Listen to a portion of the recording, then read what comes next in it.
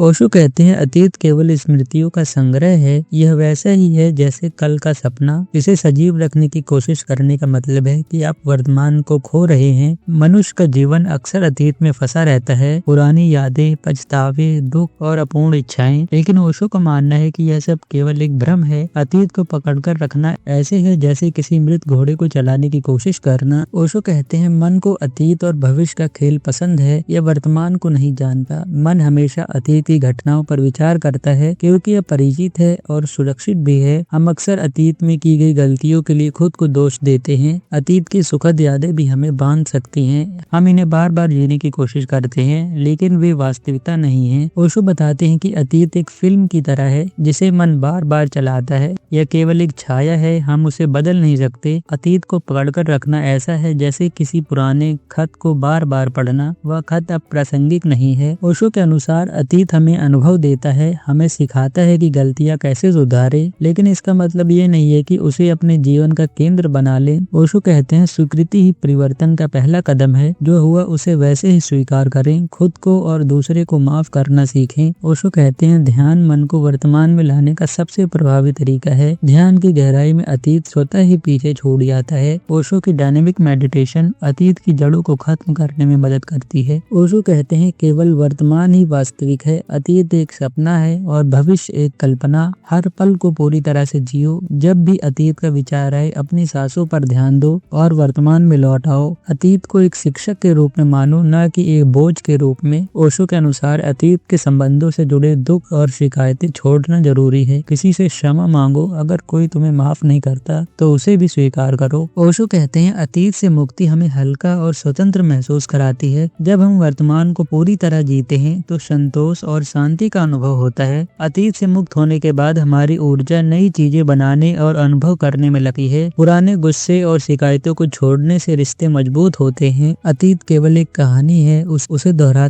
अगर तुम उसे छोड़ सकते हो तभी तुम जीवन का संगीत सुन पाओगे। ओशो के अनुसार अतीत को छोड़ना जीवन को पूरी तरह जीने की कुंजी है। यह तभी संभव है जब हम स्वीकृति, ध्यान और वर्तमान में जीने का अभ्यास करें। अतीत केवल एक किताब है, उसे बंद करो और जीवन के नए अध्याय लिखने के लिए तैयार हो जाओ।